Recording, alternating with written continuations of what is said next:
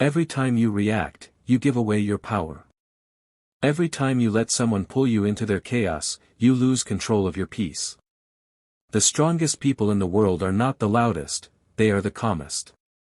This audiobook will teach you how to become emotionally untouchable. How to master your emotions instead of being mastered by them. Welcome to the Art of Not Reacting, your guide to silent power, mental control, and unshakable calm. Chapter 1, Stop giving people access to your emotions. You keep wondering why you're drained. Why you're angry. Why you're tired, even when nothing big happened. It's because you keep giving people access to your emotions. Most people don't destroy your peace, you hand it to them for free. Think about it. You wake up calm, clear, ready. Then someone texts you something stupid, someone ignores you. Someone says something that pokes your pride, and instantly, your energy shifts. You didn't lose control, you gave it away. That's the hard truth. No one can control you unless you let them in, and most people, they don't deserve that level of access. The emotional gatekeeping rule. You have to learn to protect your emotions like you protect your home. You don't let just anyone walk into your house. So why do you let anyone walk into your head? That's the rule, emotional gatekeeping. It's the discipline of deciding who and what deserves your energy. Because attention is power, and wherever your attention goes, your peace follows. Ask yourself this: every time someone triggers you, did they earn the right to affect how I feel? Most of the time, the answer is no. Some people feed off reaction, they don't want your understanding, they want your energy. They want to see you frustrated, they want proof that they matter. When you react, you give them that proof. You give them significance, you make them the center. So stop doing that. You don't owe anyone a reaction, you owe yourself control. Control is self-respect. Here's the mindset shift. It's not about being cold, it's about being in command. You can listen. You can observe. You can even disagree, calmly, but you don't lose yourself in the process. That's self-respect. Every overreaction is a small act of self-betrayal. Because every time you explode, explain, or defend, you tell yourself, my peace depends on them. No. It doesn't. Your peace depends on discipline. And that discipline starts with restraint. When you feel triggered, don't rush to respond, pause. Breathe. Repeat to yourself, they can act. I remain. Say it again, louder this time. They can act. I remain. That's your mantra. That's emotional control in motion. Because strength is not about being untouchable. It's about being unshakable. The illusion of power. People who try to provoke you aren't powerful, they're desperate. They need your reaction to feel alive. They measure their worth by your attention. When you stay calm, they panic. When you don't reply, they spiral. When you don't give them emotion, they lose purpose. That's how you win quietly. Never forget. Power doesn't make noise, weakness does. The louder someone tries to get a reaction, the more they reveal their insecurity. Your job is to observe, not absorb. To see it, not feed it. That's emotional maturity. The 3-second rule of emotional control. Next time you feel yourself getting triggered, stop for 3 seconds. That's it. In those 3 seconds, your brain resets. You reclaim space between impulse and action. You tell your emotions, you don't control me anymore. 3 seconds might sound small, but it's everything. That pause builds distance. That distance builds power, and that power builds peace. So when someone says something designed to hurt you, breathe for 3 seconds. When someone tries to get you to argue, breathe for 3 seconds. When your ego wants to prove something, breathe for 3 seconds. 3 seconds of calm can save you 3 days of regret. Don't be an emotional open door. You can't expect peace when your emotions are open to everyone. You can't expect clarity when everyone has a key to your mental space. Lock the door. Not everyone deserves access. Your energy is currency. Stop spending it on incense. Your peace is sacred. Stop giving it away for free. Your attention is fuel. Stop wasting it on noise. You don't owe people your emotions. You owe yourself control. Real strength is invisible. Real strength isn't proven through arguments. It's proven through composure. When people see you not reacting, they get confused. They start to wonder, did I lose my effect? Yes. They did, because you grew, because you learned that silence is louder than shouting. Because you realize that peace isn't passive, it's power under control. The world teaches you to fight back, to prove, to defend. But the wise learn this: the person who reacts least, rules most. That's not arrogance, that's awareness. You can't control the storm. But you can control your reaction to the rain. A simple rule to live by: here's your rule, never react immediately. You can feel. You can think. But don't react. Because reacting is emotional. Responding is intelligent. Reacting gives power away. Responding keeps it. Train yourself to respond with intention, not emotion. That's emotional gatekeeping in practice. Repeat after me.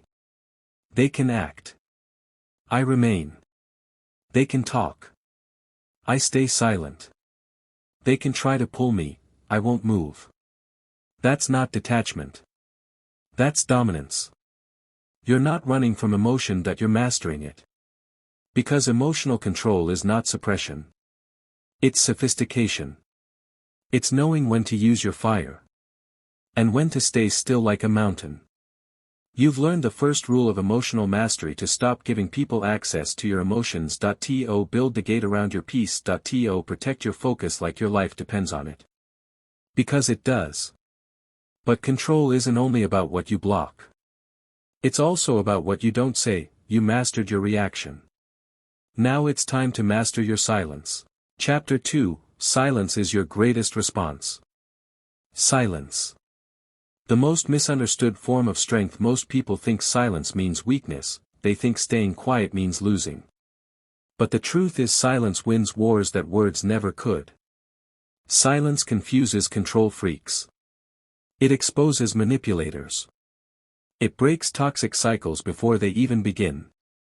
Because when you stop reacting, they lose power, and when they lose your reaction, they lose control. That's the key. The psychology of silence. Let's break it down. Every manipulator, every control freak, every emotional game player, they all feed on reaction: your anger, your explanation, your attention. That's their oxygen. They want you loud. They want you defensive. They want you desperate to be understood. Why? Because the more emotional you get, the easier you are to control. That's manipulation 101. But when you go quiet, they can't read you. They can't predict you. They can't use your emotions against you. Silence creates confusion. Confusion creates distance.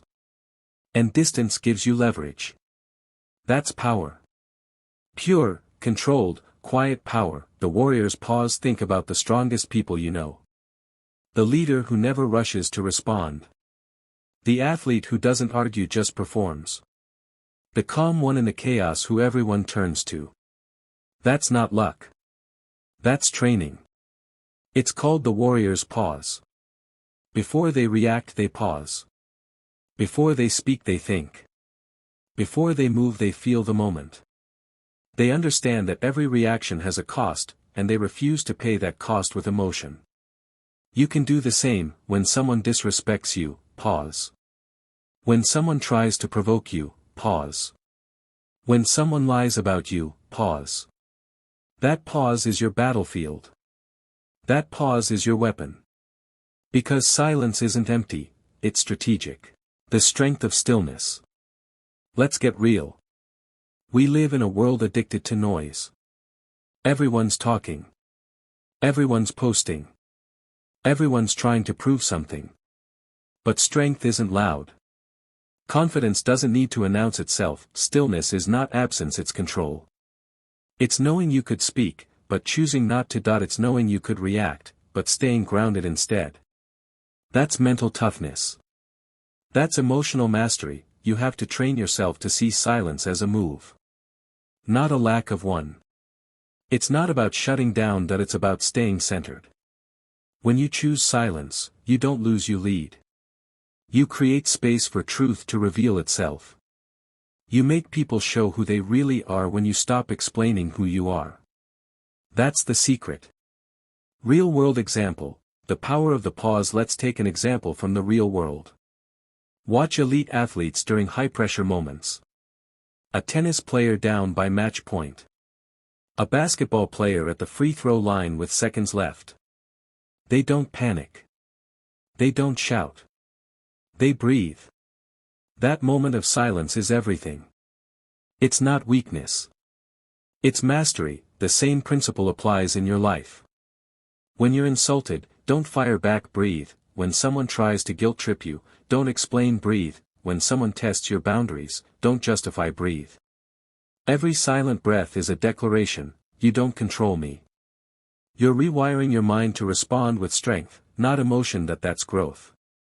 That's maturity. That's control. Silence exposes the truth. Here's something most people never understand: when you go silent, truth gets loud. Because silence forces the other person to fill the gap. They start talking more. Explaining more. Revealing more. Manipulators expose themselves when you stop feeding them. They over-explain. They get defensive. They project guilt. Your silence becomes a mirror and they see themselves for the first time. That's why silence is feared. Because it exposes lies. It reveals truth without confrontation. So stop rushing to defend yourself. Let silence do the talking. The truth doesn't need your voice, it needs your discipline. The discipline of not explaining. Listen carefully. You don't owe anyone your explanation. You don't owe anyone emotional access. The need to explain is a symptom of insecurity. It's not about seeking clarity, it's about seeking validation. Stop trying to convince people of your worth. Stop trying to make them get it. They don't need to understand. You need to understand yourself. When you stop explaining, you reclaim your energy, you reclaim your identity. You reclaim your peace. You have a choice: spend your life reacting or rise by staying silent. That's the choice every powerful person makes. That's the discipline every strong mind builds. How to train the power of silence. You can train silence like a muscle. Here's how: practice delayed response. When someone says something that triggers you, wait 10 seconds. Count. Breathe. Let the emotion pass before you decide. Use strategic absence. Not every message deserves a reply. Not every argument deserves your presence. Sometimes silence says, "I've outgrown this." Observe before you speak. Look at what's really happening. Are they seeking clarity or control? Are they trying to understand or dominate? Train your observation before your expression. That's control. Remember, silence is not inaction. It's intelligent restraint. You have a choice. You don't need their permission to stay silent. It's not about ego, it's about discipline. Silence doesn't mean weakness, it means you've mastered yourself. The loudest one in the room is usually the least in control. Repeat those lines. Let them sink in. Because every time you stay silent, you're telling your emotions, "I'm in charge now." You've learned the power of the pause. You've learned that silence isn't surrender, it's strategy. You've seen how silence confuses manipulators, calms chaos, and centers your mind. But silence alone isn't enough. Control also means mastering what happens inside you. Because true strength isn't just about what you hold back. It's about what you transform. You controlled your tongue. Now it's time to control your triggers. Chapter 3, The Reaction Trap, Why They Want You Emotional. Every day, someone's trying to pull your energy. A text. A comment. A tone. A small word said just the right way to make you feel something. That's not random, it's calculated. That's the reaction trap. They don't want peace. They want your attention. They want your reaction. Because your reaction gives them control. That's the key. The psychology of provocation. You have to understand this: when people can't control you, they'll try to trigger you. Because if they can't get your respect, they'll settle for your reaction. It's all energy. Every reaction is an energy exchange. And manipulators, narcissists, and emotional leeches, they live off that energy. They poke at your insecurities.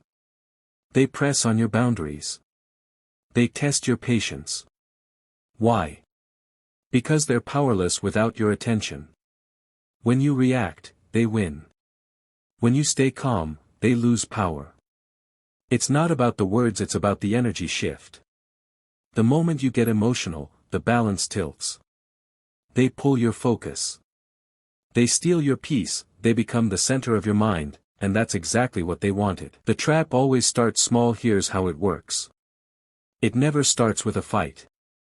It starts with a small jab. A small test. A subtle disrespect. They want to see if you'll bite. If you react, you train them, you teach them that your emotions are accessible. You teach them that they can push your buttons and you'll dance. That's the trap, that you're not just reacting to them, you're rewarding them. And once they know they can get a reaction, they'll come for you again and again. Not because they hate you, but because they need you. They need your emotion to validate their existence. That's what weak people do. They feed off chaos because they have no peace of their own. The power shift. So how do you win? You flip the dynamic. You stop giving them what they came for. You stop feeding the game. You take your energy back. That's the power shift. When you stay calm, they lose control. When you don't react, they lose purpose. When you don't engage, they lose identity. You don't fight them. You starve them. Because silence kills manipulation faster than anger ever could. The power shift happens the moment you stop playing defense. You're not explaining. You're not arguing. You're not proving. You're simply observing. You're calm. You're centered. You're untouchable. That's real control. Energy is currency. Understand this: your energy is currency. Every time you react, you spend it. Every argument costs you peace. Every emotional outburst drains your focus. That's why you feel tired after drama. That's why your mind feels heavy after conflict. Because you've spent energy on something that gave you nothing back. You don't need to fix every misunderstanding. You don't need to correct every lie.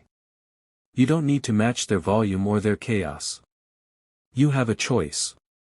You can stay above it. You can keep your power where it belongs, inside you.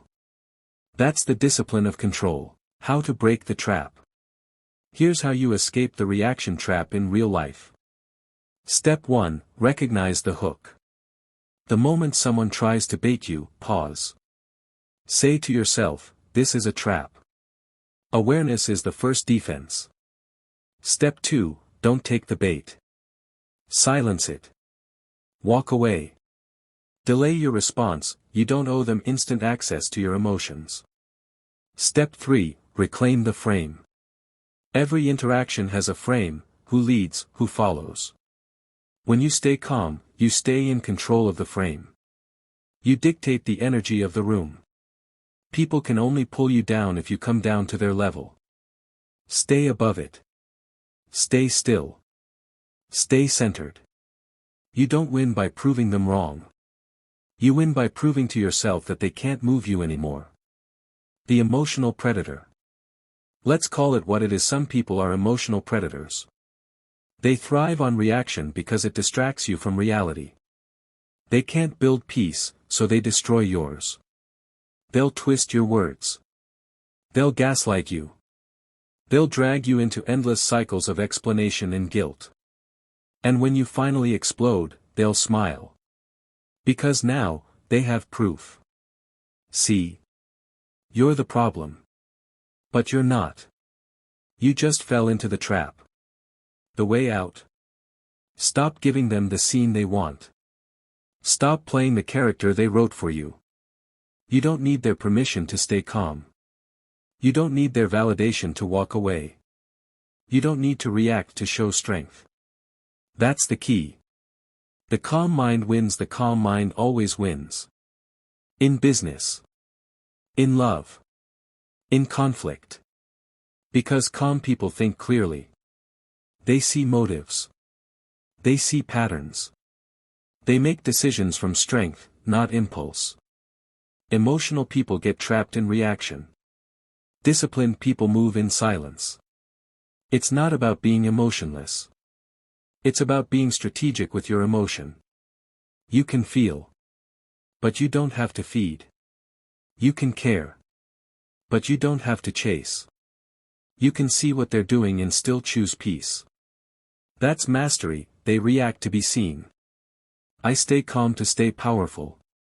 You don't need their permission to stay composed. It's not about ego, it's about discipline. You have a choice, respond or rise.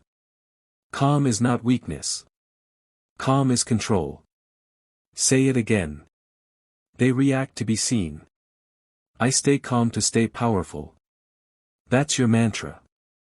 That's how you flip the game. You now understand the reaction trap, the game designed to steal your peace. You know how provokers feed off your energy and how silence starves them. You've learned the power shift, where calm replaces chaos, and composure becomes your weapon. You stopped giving them energy. Now, it's time to stop giving them space. Because the next step in your evolution isn't just control, it's detachment. You've learned to stay calm around chaos. Now it's time to step back and see clearly. Chapter 4, Reprogram your first impulse. Your first impulse is emotional. Your second is logical. The difference between chaos and control is the space between the two. That's the space where discipline lives. That's the space where peace begins. Most people never make it there. They live inside their impulses. Someone insults them, they snap. Someone disagrees, they argue. Someone pulls away, they chase. They don't think. They react. They don't pause. They explode. They don't breathe. They burn out. But here's the truth. You can't control what you feel first. You can only control what you do next. That's the key.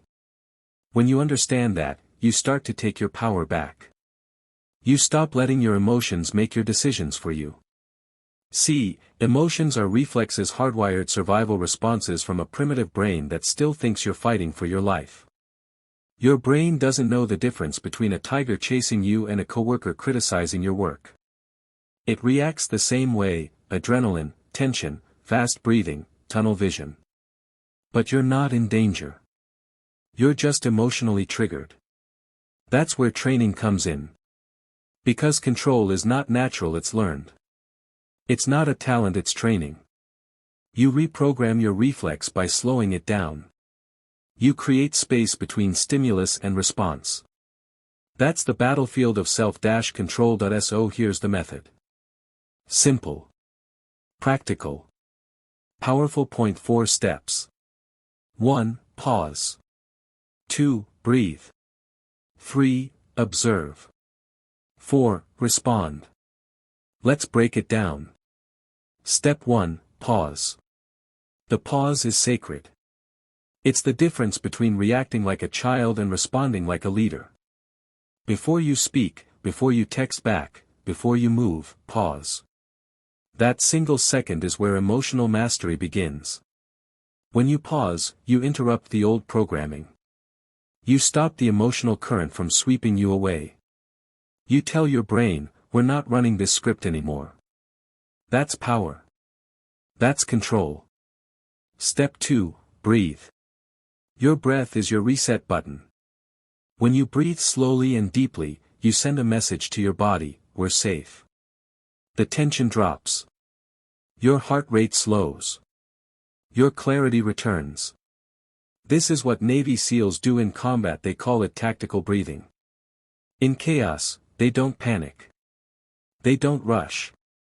They breathe. 4 seconds in. 4 seconds hold. 4 seconds out. 4 seconds hold. It's not about the air, it's about the control. If a soldier can do it under fire, you can do it in traffic, in arguments, in meetings, in heartbreak. Step 3, observe. Look at what's happening, not just outside, but inside. Ask yourself. What am I feeling? What triggered this? Is this about them, or me? That's self-awareness, that's emotional intelligence. When you can observe your emotion without becoming it, you win. Because now, the emotion becomes information, not instruction. You can learn from it, but you don't have to obey it. Step 4, respond. After you've paused, breathed, and observed, then you respond. And here's the difference, you're no longer reacting to them. You're acting from you. That's leadership. That's maturity. That's power. Every time you complete these 4 steps, you're rewiring your brain. You're replacing emotional reflex with conscious control. You're reprogramming your first impulse. You're teaching your nervous system. We don't panic anymore. We don't lash out anymore. We don't break, we breathe. And repetition is the key. You won't master this in a week. You'll train it daily. Because your triggers are not the enemy, your lack of training is. Think about it this way. When a Navy SEAL faces chaos, he doesn't depend on motivation. He depends on protocol. His brain has one mission: stay calm, stay alive, stay effective. That's your mission too, in life, in work, in relationships. When someone tries to provoke you, stay calm. When someone disrespects you, stay composed. When life hits you, stay centered. Because composure is your armor. Stillness is your weapon. And control, that's your edge. You don't need to suppress your emotions. You need to manage them. Suppression is weakness disguised as strength. Control is clarity disguised as calm. You're not pretending not to feel. You're choosing how to use what you feel. That's the discipline of emotional control. That's the training of power. Let me say this again. You can't control your first feeling, but you can train your first response. You have a choice. Always. You can choose to shout, or to breathe. You can choose to attack, or to pause. You can choose to break, or to build. And that choice, that moment of conscious control, is where transformation begins. That's how you build mental toughness. Not by pretending you're unaffected, but by mastering your reaction. Not by denying emotion, but by directing it. Because the goal is not to be emotionless. The goal is to be emotionally disciplined. So, the next time your trigger hits, practice. Pause. Breathe. Observe. Respond. Say it to yourself until it becomes automatic. You'll notice something change. The world will slow down. Your thoughts will sharpen. Your peace will expand. You'll stop being a puppet pulled by other people's strings. You'll stop being baited into emotional traps. You'll stop being drained by every small thing that used to set you off. You'll start to realize, control feels better than chaos. Peace feels better than power struggles. And silence feels better than screaming. That's growth. That's evolution. You're not your first impulse anymore. You're the master of it. They can act. You remain, they can provoke. You breathe. They can rush. You stay still. Because that's the real mark of strength, not how loud you get, but how calm you stay. That you've learned how to reprogram your impulses, how to breathe instead of break, how to pause instead of panic. Now it's time to take this control to the next level, into the battlefield of your thoughts. Because emotional discipline begins with inner dialogue. Chapter 5, Detachment is not coldness, it's clarity. Most people think detachment means not caring. They're wrong. Detachment doesn't mean you don't feel, it means you don't drown. It doesn't mean you're emotionless, it means you're in control. It's not about being cold, it's about being clear. When you detach, you stop letting your emotions blur your vision. You stop reacting to what you feel and start responding to what is. That's the difference between chaos and clarity. Think about it. When you're emotionally attached, every small thing shakes you. Someone's tone changes, you panic. Someone pulls away, you chase. Someone doesn't validate you, you crumble. You stop seeing reality. You see your fears, your insecurities, your expectations. You confuse connection with dependence. You confuse love with control. That's not strength, that's slavery. You're chained to outcomes. You're addicted to reactions. You've handed your peace to everything outside of you. And that's why detachment is essential. Because detachment is how you take your peace back. You need to understand this. Detachment is not about withdrawal. It's about wisdom. It's not about walking away from life, it's about walking above it. When you detach, you still care, you still engage, you still love. But you do it without losing yourself. You become the observer, not the reactor. You start to see the difference between what's real and what's emotional noise. You learn to say, I don't distance myself to escape, I do it to understand. That's the mantra. Say it until it becomes your mindset. Let's make it practical. Here's how to build emotional detachment in the real world, step by step. Step 1, name your attachments. Ask yourself, what am I clinging to? Is it a person? A result? A version of myself I can't let go of? Attachment hides in expectations. I need them to act this way. I need this job to work out. I need life to go according to my plan. That's attachment talking. And attachment breeds suffering. Because the moment reality doesn't match your expectation, you break. So, identify it. Write it down. Bring it to light. You can't release what you refuse to see. Step 2, accept uncertainty. The root of attachment is fear. Fear of loss. Fear of rejection. Fear of failure. But here's the truth, you were never promised control. You were promised choice. You can't control how people treat you, but you can control your response. You can't control the outcome, but you can control your effort. You can't control life, but you can control yourself. That's the key. Once you accept that uncertainty is part of life, you stop fighting it. You start flowing with it. And that's when peace enters. Step 3, create space before you react. This is where detachment shows its power.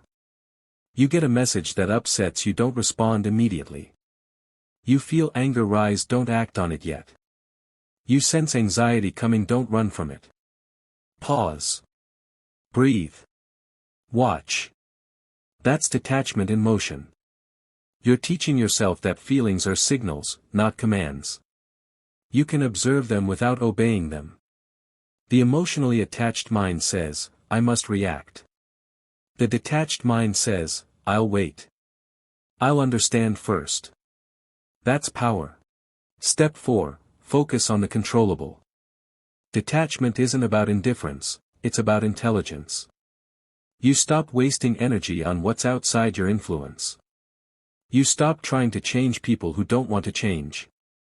You stop replaying conversations that already ended. You stop chasing validation that never satisfies. Instead, you focus on your thoughts, your habits, your standards, your peace. You focus on your lane because that's where your power lives. Every ounce of energy you reclaim from the uncontrollable becomes focus. And focus turns into momentum. That's how clarity is built. Now, here's the paradox: the more detached you become, the more deeply you can connect. Because now your relationships come from choice, not need. You're not loving to fill a void, you're loving from wholeness. You're not giving to get validation, you're giving because it aligns with who you are. That's pure, that's mature, that's free. Attachment says, I need you to complete me. Detachment says, I enjoy you, but I am already complete. And people can feel that energy. They respect it. They trust it. They're drawn to it. Because true strength is calm. True power is composed. You're not cold, you're centered. You're not distant, you're disciplined. You're not emotionless, you're emotionally intelligent. You have to keep repeating this to yourself. I don't distance myself to escape, I do it to understand. You step back not to avoid, but to see. You detach not to feel less but to feel clearly. When you detach, you rise above the noise. You see manipulation for what it is, control disguised as connection. You see drama for what it is, distraction disguised as importance. You see your own triggers, and instead of being controlled by them, you learn from them. That's clarity. And let's be honest, detachment takes courage. Because your emotions will fight you. Your mind will scream, do something. Your ego will say, they'll forget you if you don't react. But you must hold the line. Because your peace is worth more than their attention. Your clarity is worth more than their approval. You have a choice: keep chasing chaos or choose calm. That's discipline. That's maturity. When you detach, life slows down. You see patterns you missed before. You recognize manipulation faster. You choose words with precision. You move with intent. That's the mindset of leaders, warriors, creators. They're not cold. They're composed. They're not detached from reality, they're detached from illusion. They see the world as it is, not as their emotions paint it. And that's why they win. So, remember this. Detachment is not the absence of emotion, it's the mastery of it. It's not the rejection of connection, it's the purification of it. It's not apathy, it's awareness. You're not escaping life. You're finally understanding it. When you practice detachment, you don't lose anything real. You only lose the illusions that were costing you your peace. You've learned how to step back, how to separate emotion from observation, reaction from wisdom, noise from truth. Now it's time to use that clarity to strengthen your next layer of discipline, your standards. Because once you detach from emotions, you must attach to principles. Chapter 6, Emotional Control is Self-Respect. Every time you overreact, you betray yourself. Every time you explode, you expose where you still lack control. And every time you let emotions run your life, you tell the world my peace is negotiable. But your peace should never be negotiable. Your peace is your power. Your calm is your crown. And your control, that's your respect. Emotional control isn't suppression. It's self-respect. It's not about being cold, it's about being composed. It's not about ignoring how you feel, it's about mastering what you do with those feelings. That's the key. Let's be clear. You can't control what people say. You can't control what they do. But you can always control how you respond. And that's where your true strength lies, in response, not reaction. The person who can't control their emotions will always be controlled by others. All it takes is one insult. One rejection. One inconvenience and you lose your peace. They pull your strings. They press your buttons. They own your mind. That's not power, that's dependency. But the moment you decide, no one decides my mood but me, everything changes. You take your life back. Let's talk truth. We live in a world that glorifies overreaction. People wear their anger like a badge. They post every feeling online. They respond to hate with hate and call it being real. But that's not real, that's reactive. That's emotional weakness disguised as authenticity. Real strength is the ability to sit in discomfort and not self-destruct. Real strength is walking away from provocation and not needing to prove a thing. Real strength is being calm when everyone else is losing control. You have a choice. You can feed your emotions, or you can discipline them. You can fight for your reactions, or you can protect your peace. If you respect yourself, you protect your peace. Now listen carefully. Emotional control doesn't mean you don't feel pain. It means you refuse to live in pain. You can feel anger but don't let it guide your decisions. You can feel sadness but don't drown in it. You can feel fear but don't let it paralyze your actions. You are not your emotions. You are the awareness behind them. You are the one who chooses how far they go. That's the power most people never learn to use. So how do you build emotional control practically? It's not magic. It's not a personality trait. It's training. Here's how you start. Step 1, recognize your triggers. What makes you lose control? Who do you let control your mood? Where do you feel that emotional hijack in your chest, your stomach, your throat? Be honest. Awareness is the first step to power. You can't manage what you refuse to face. The next time you feel that heat rising, pause. Don't fight it. Watch it. Say to yourself, I'm being triggered, but I don't have to react. That's control. That's discipline. Step 2, use the power of the pause. Between what happens and how you react there's a small space, that space is everything. That's where emotional maturity lives. That's where respect begins. That's where you choose peace over pride. Breathe before you speak. Count before you text back. Pause before you post. Because once the words leave your mouth, you can't take them back. Once the reaction escapes, it owns you, but when you pause you shift from emotion to intention. That's what separates impulsive people from powerful ones. Step 3, set emotional boundaries. When you overreact, it's not always about the person who triggered you, it's about the boundaries you never set. You let people drain you. You tolerate disrespect. You keep explaining yourself to those committed to misunderstanding you. Stop that. That's not kindness, that's emotional weakness. If you respect yourself, you protect your peace. And if you protect your peace, you stop entertaining chaos. You don't owe everyone access. You don't owe everyone an answer. You don't owe everyone a reaction. You are not a punching bag for other people's immaturity. When you enforce boundaries, people will call you distant, cold, selfish. Let them. They're just mad that they can't control you anymore. Step 4, reframe the story. You can't always change the event, but you can always change the meaning you give it. Someone rejects you. Maybe it's redirection. Someone betrays you. Maybe it's revelation. Someone disrespects you. Maybe it's your final lesson. You have a choice. You can be bitter, or you can be better. You can react, or you can rise. That's emotional discipline in action. It's not about pretending you don't care, it's about choosing what's worth caring about. Let me tell you something powerful. Emotional control is freedom. It's self-mastery. It's leadership. The calm person always wins. Because while others waste energy reacting, you're conserving energy for what matters. While they're emotional, you're strategic.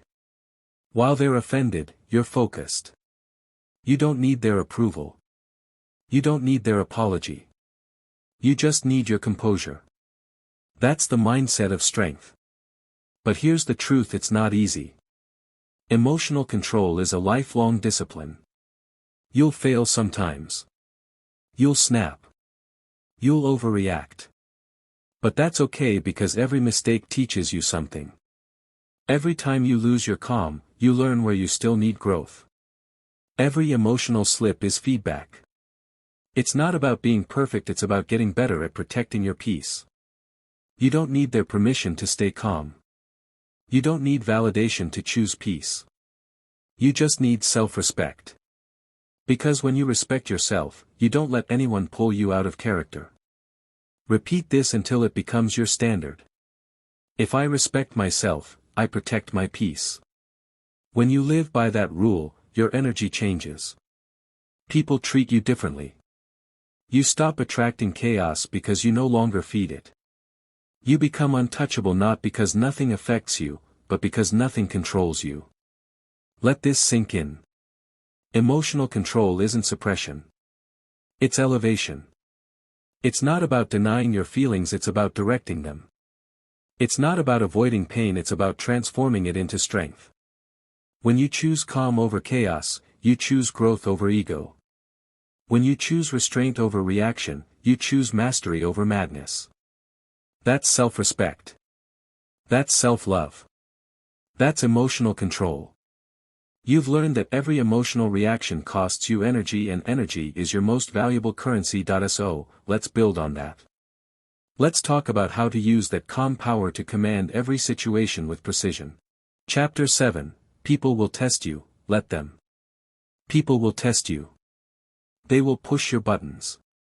They will say things to make you doubt yourself, to make you lose control, to make you react. But here's the truth: when people test you, they are not revealing your weakness. They are revealing their own. When someone needs to provoke you to feel powerful, it means they have no real power of their own. And when you react, when you explode, when you defend, when you argue, you hand them exactly what they came for, your control. So here's the rule: don't give it to them. They want a reaction, you give them silence. The test is the lesson. Every emotional test is an opportunity. An opportunity to prove to yourself that you've grown. That you no longer dance to other people's chaos. You see, emotional maturity isn't built in peaceful times. It's built in conflict, in discomfort, in moments when your ego screams, "I need to respond," but your discipline says, "Stay still." That's the battle, and that's where strength is born. People will test you through criticism. Through gossip. Through subtle disrespect. You'll hear things that make your blood boil. And you'll be tempted to defend yourself, to prove yourself. But here's the truth: you don't need to. You don't need their permission. You don't need their approval. You don't even need to explain yourself. Every time you resist that urge to respond, you build internal armor. Every time you choose silence over reaction, you win quietly, powerfully, permanently. The weak seek reactions. Understand this: weak people feed off attention. They crave chaos. They thrive on emotional drama. They'll say something outrageous just to watch your expression. They'll push boundaries just to feel they have power over your emotions. Don't give them that satisfaction. Smile if you must. Nod if you want. But don't react. Because here's what happens when you stop reacting. They lose control. They lose interest.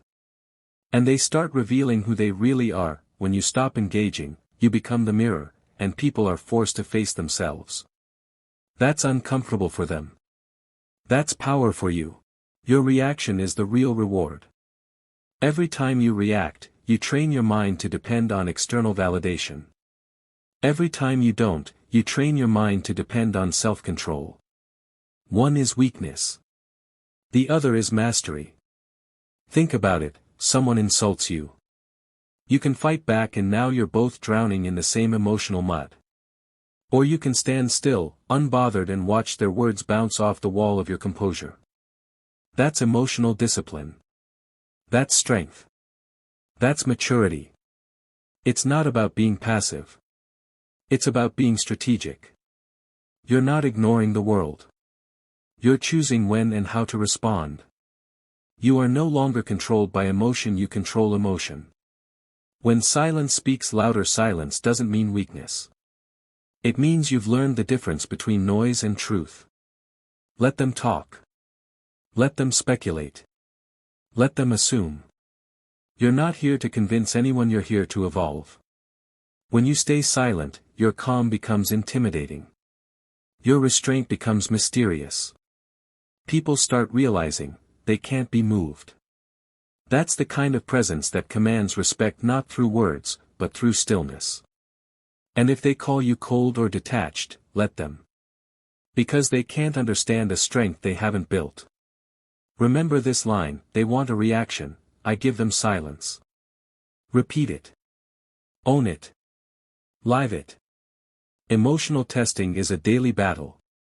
You'll be tested at work when someone takes credit for your effort. You'll be tested in relationships when someone tries to manipulate your emotions. You'll be tested online when someone hides behind a screen to throw negativity your way. The tests don't stop. But the way you respond decides whether you rise or fall. So instead of asking, "Why is this happening to me?" ask, "What is this trying to teach me?" Every test is a mirror. It shows you where you still lose control. It shows you where your peace still depends on people. And that's the awareness you need to grow. Stop explaining yourself. Maturity means understanding that silence is sometimes the loudest statement. You don't owe explanations to people committed to misunderstanding you. Stop over-explaining your choices to those who haven't earned the right to question them. Stop wasting words on those who listen only to argue. Let your results speak. Let your actions prove. Let your silence echo. Because the truth is, explaining yourself to everyone is emotional slavery. And the moment you stop, you set yourself free. You don't need validation. You don't need to be understood. You just need to stay disciplined. That's the key. Reclaiming power through composure. When you stop reacting, you start reclaiming your energy. Energy you once wasted on proving, defending, and arguing. You reclaim time. You reclaim focus. You reclaim peace. And peace, that's the true luxury of the strong. No one can buy it for you. No one can take it from you. It's earned moment by mastering your emotions. That's what composure is. It's not the absence of emotion, it's the presence of control. So the next time someone tries to pull you into chaos, remember. You don't owe them a reaction.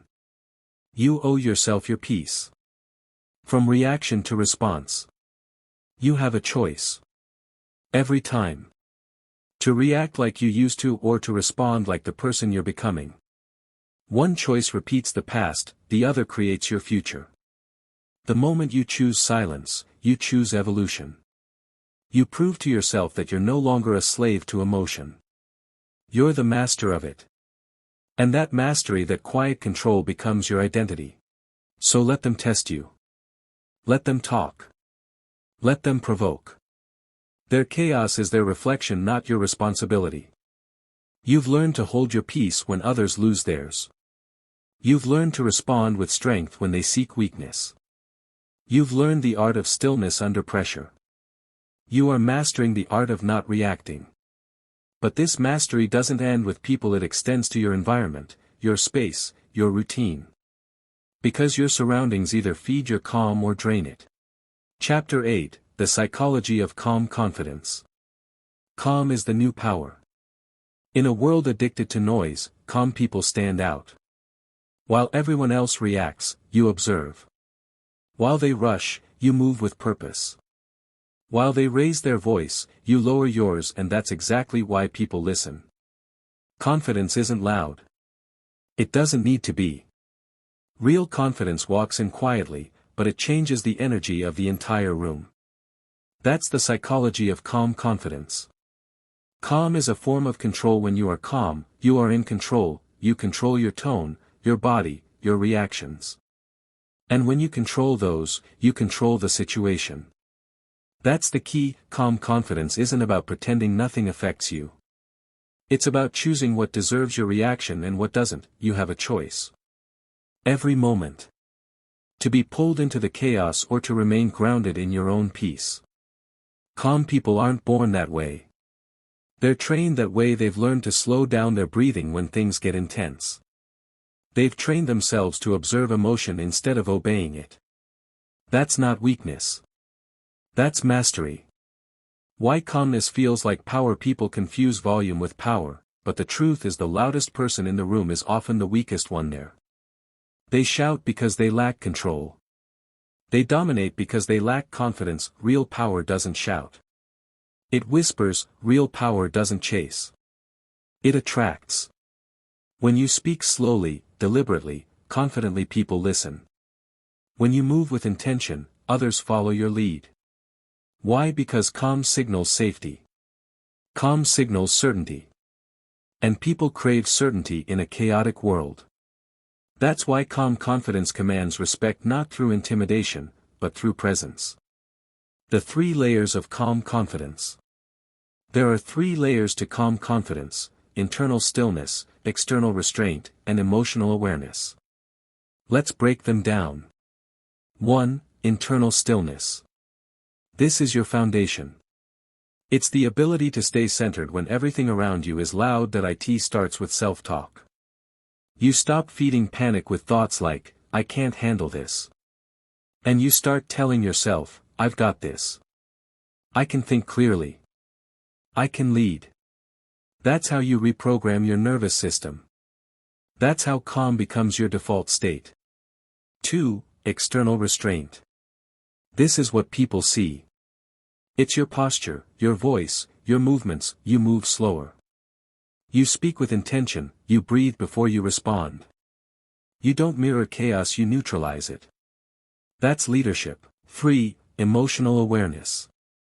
Calm confidence doesn't mean ignoring your feelings. It means being aware of them without letting them run the show.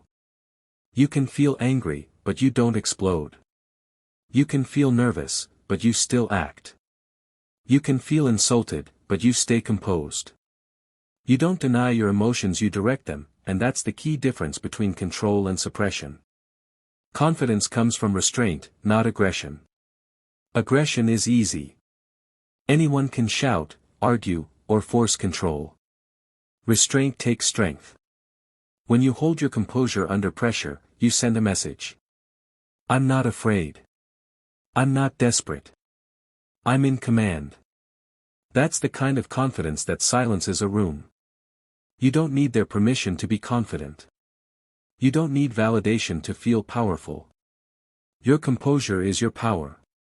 The strongest people don't seek to prove, they seek to understand. They listen more than they speak. And when they finally do speak, their words carry weight. Because calmness makes your voice heavier. It gives it authority. Daily practice for calm confidence. Here's how you build it, day by day. 1. Lower your tone. Speak slightly slower and softer than usual. You'll notice people lean in when you talk. Your voice becomes magnetic, not because it's loud, but because it's controlled. 2. Slow your movements. Don't rush. Don't fidget. Don't pace. Move like every action has meaning, because it does. Calm movement communicates discipline. Point 3. Breathe before speaking. One deep breath before responding can save you from 1,000 regrets. That pause, that split second, is where your power lives. 4. Observe, don't react. Watch people's behavior like a scientist, not a victim. They may try to provoke you, that's fine. Let them. You don't respond to every noise. You choose your moment. Point 5. Create quiet routines. Start your mornings in silence. No phone. No chatter. Just you and your thoughts. The calm you create at the start of your day becomes your armor for the rest of it. The psychology behind calm power. Here's why calm confidence works on a psychological level. Humans are wired to follow certainty. When people sense emotional chaos, they instinctively look for someone steady, someone grounded. If that person is you, you become the anchor in every situation.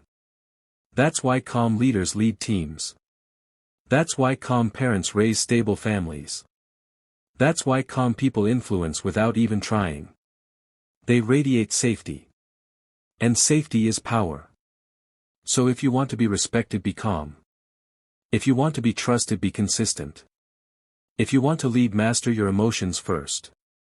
Because leadership begins where reactivity ends. When you're calm, you think clearly. Panic clouds judgment. Calm sharpens it. That's why impulsive decisions often become regrets. When you're calm, you can see. You can read the room. You can sense the emotion. You can predict outcomes before they unfold. That's not intuition, that's clarity. And clarity is built in silence. The calmer you are, the more you notice. The more you notice, the more power you have. That's the psychology of calm confidence, awareness disguised as peace. You don't have to prove anything. Remember this. Calm confidence doesn't need to prove. It doesn't chase validation. It doesn't compete for attention. You already know who you are. You already know what you bring. You already know your worth. That's why you can walk away from arguments.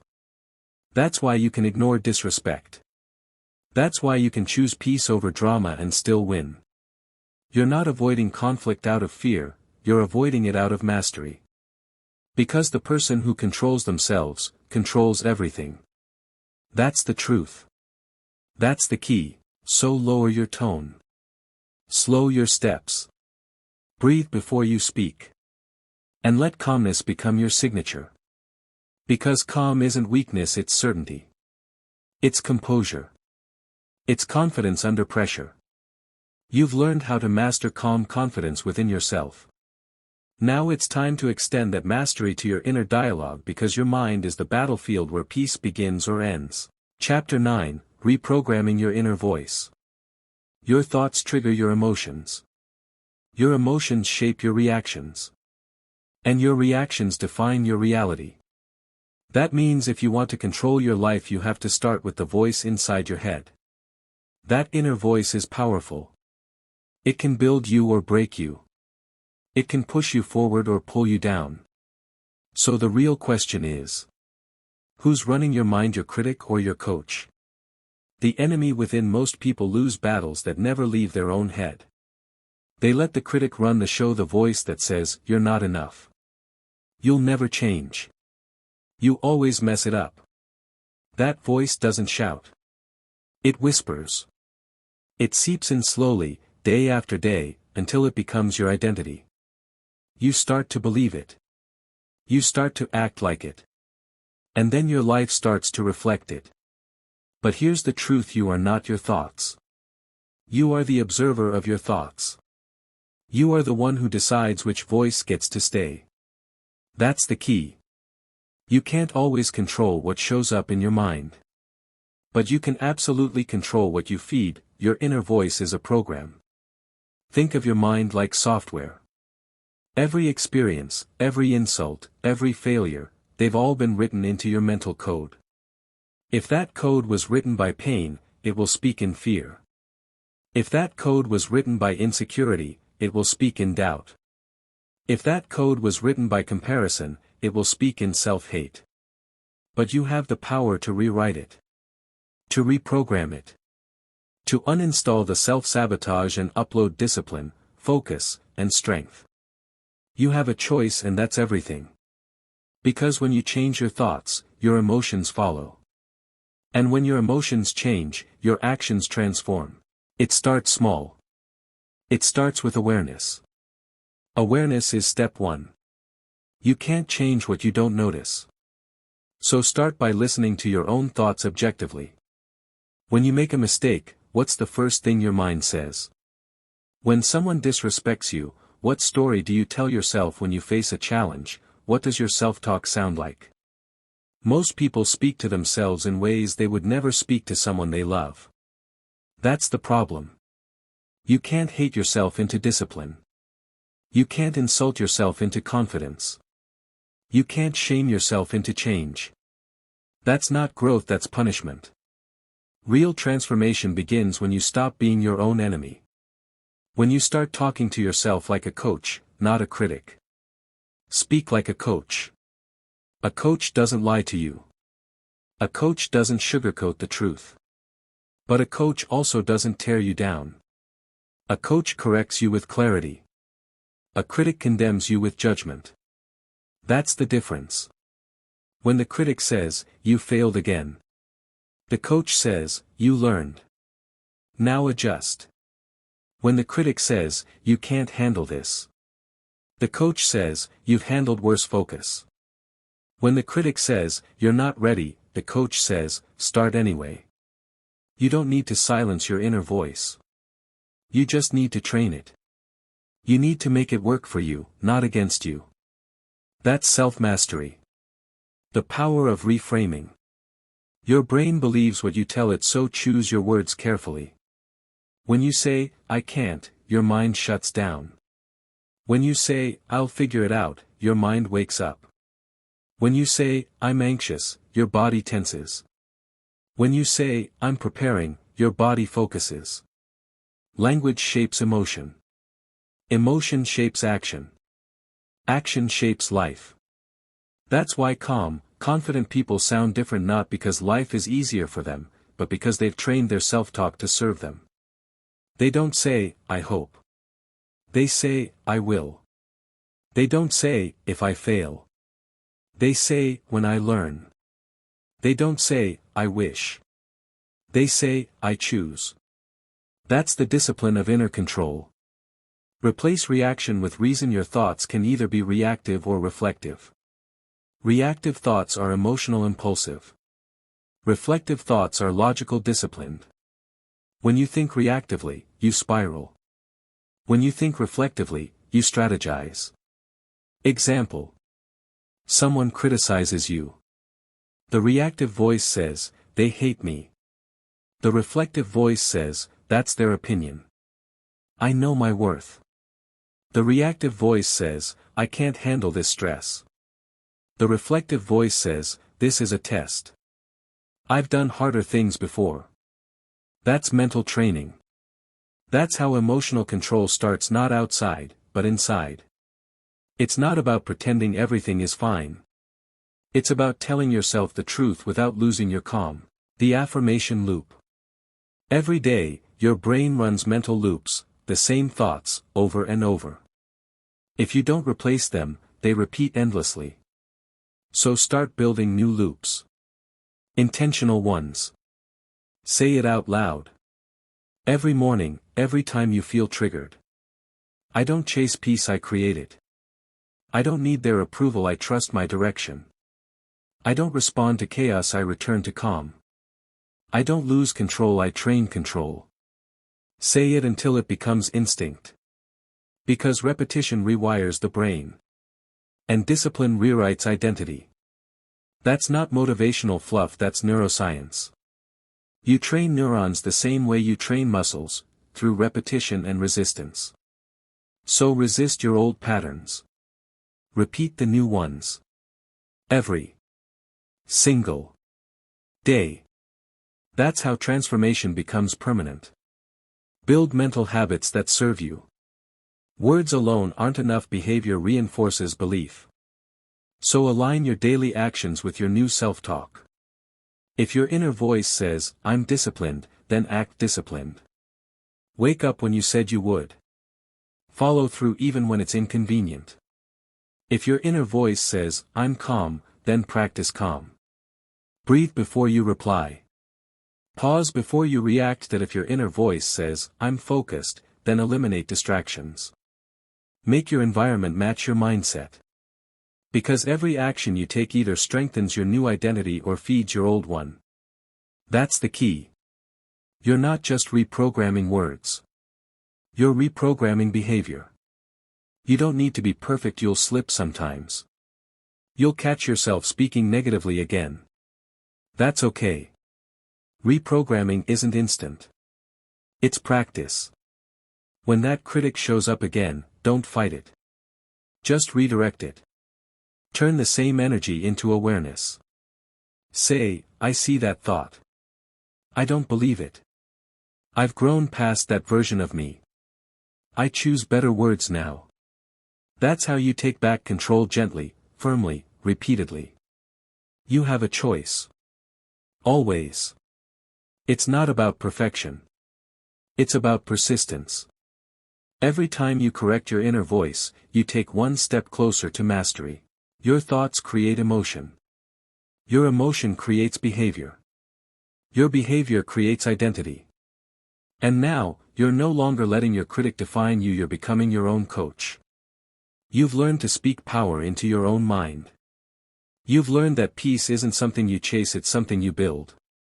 But there's one final step, mastering how to remain unshaken when life tests everything you've built.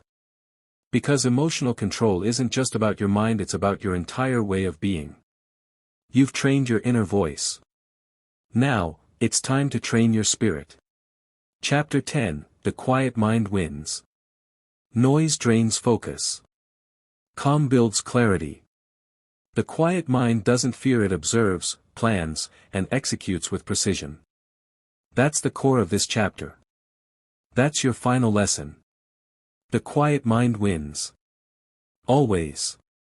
Because the world today rewards the loud, the fast, the reactive, but in the long run, it's the quiet ones who stay consistent, who stay disciplined, who stay in control. The quiet ones who make moves while everyone else makes noise. You see, the reason most people lose is not because they're weak, it's because they're distracted. They live in constant noise, notifications, opinions, doubts, gossip, chaos. They hear everything. They react to everything.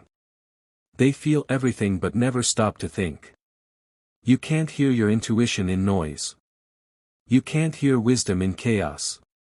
You can't make powerful decisions when your mind is screaming from 100 different directions. That's why the quiet mind wins. Because silence isn't emptiness, it's space. Space to think. Space to see. Space to act with precision instead of panic. When your mind is quiet, you see patterns. You notice what others miss. You don't chase, you attract. You don't beg, you decide. You don't react, you choose. That's power. That's what you've been building this entire time: emotional control, mental toughness, and quiet discipline. It all leads here to stillness. A quiet mind doesn't mean you don't feel. It means you don't drown in your feelings. It means you can feel anger without losing control. It means you can feel fear without freezing. It means you can feel pain without breaking. The quiet mind is aware of emotion but not owned by it. It feels and then it decides. That's the difference between reaction and response. Reaction is emotional. Response is strategic. And you, now, are strategic. You want to know what mental toughness really is? It's not shouting louder than your problems. It's not pretending you're fine. It's being calm in chaos. It's being still when everything else is moving. It's sitting with discomfort and not letting it dictate your next move. The weak chase distractions. The strong chase clarity. The quiet mind is clarity in motion. You have to train it. Because peace doesn't just arrive, you build it. You earn it through repetition, through practice, through choosing silence over stimulation. Here's how. Step 1: create intentional silence. Every day, carve out 10 minutes with no phone, no music, no noise. Just you and your thoughts. It'll feel uncomfortable at first because silence reveals what distraction hides, but that's where awareness begins. Step 2: observe without judgment. Watch your thoughts. Don't fight them, don't fix them. Just see them. A quiet mind isn't one without thoughts, it's one that doesn't get dragged by them. You are not your thoughts. You are the one observing them. Step 3: simplify your inputs. You don't need to consume everything. You don't need every opinion, every news story, every argument online. That noise poisons your clarity. Consume less. Think more. That's how you start building the quiet mind. And remember, you have a choice. You always have a choice. You can choose reaction or you can choose reflection. You can choose chaos or you can choose calm, you can choose noise or you can choose silence. The quiet mind is a decision, not a gift. Let's talk about precision. Because that's the quiet mind's greatest advantage. When others are rushing, you're waiting. When others are talking, you're watching. When others are guessing, you're calculating. You don't move fast, you move right, and that's the difference between progress and panic. That's the difference between average and exceptional. The quiet mind doesn't compete, it positions itself to win. People will try to shake you. They'll question your silence. They'll mistake it for weakness. Let them. You don't need to defend peace. You don't need to explain discipline. You don't need to prove your strength, your results will do that for you, because when you stop reacting, when you stop chasing noise, something powerful happens. You start hearing your own voice again. That's what this whole journey has been about. Not just silence on the outside, but silence inside. The kind where your mind isn't fighting itself anymore. You stop being your own enemy. You stop overthinking every move. You stop arguing with your past and start building your future. That's when you start living in alignment, your thoughts, your emotions, and your actions all pointing in the same direction. That's peace. That's strength. That's quiet victory. Here's the truth. Your loudest competition will burn out, your loudest critics will fade. But the person who stays quiet, consistent, and focused, that's the one who lasts. You don't need to prove anything anymore. You just need to execute. Every calm action, every composed decision, every moment you choose silence over reaction, that's another brick in your fortress of self-control. That's another reminder, the quiet mind wins. You don't need external validation. You don't need noise to feel alive. You don't need constant motion to feel progress. You just need focus, you just need to keep showing up calmly, patiently, relentlessly. Because while others waste energy reacting, you're saving it. While others seek attention, you're building momentum. While others talk about change, you're becoming it. So the next time someone tries to provoke you, pause. The next time the world feels chaotic, breathe. The next time your mind starts to spiral, quiet it. You control the frequency of your life. Turn down the noise. Turn up your focus. That's the practice. That's the path. That's the victory. You've mastered emotional control, you've built discipline, you've learned the art of silence. Now you understand it all leads to the same truth. The quiet mind wins. Because peace is power. Focus is freedom. And clarity is the ultimate advantage. You've come this far. Don't stop here. Keep training your silence, keep sharpening your focus. Keep mastering your calm. Because when you master your calm, you master your life. You've mastered yourself. You mastered your emotions, you built your discipline, you became your own anchor. And now you hold the one weapon few ever discover, a quiet mind. And with that weapon you win every unseen battle, every single time. You've mastered your mind, now it's time to protect your peace. Because peace is the real power in a reactive world. This is your final test. Let's end strong, in the closing message of The Art of Not Reacting.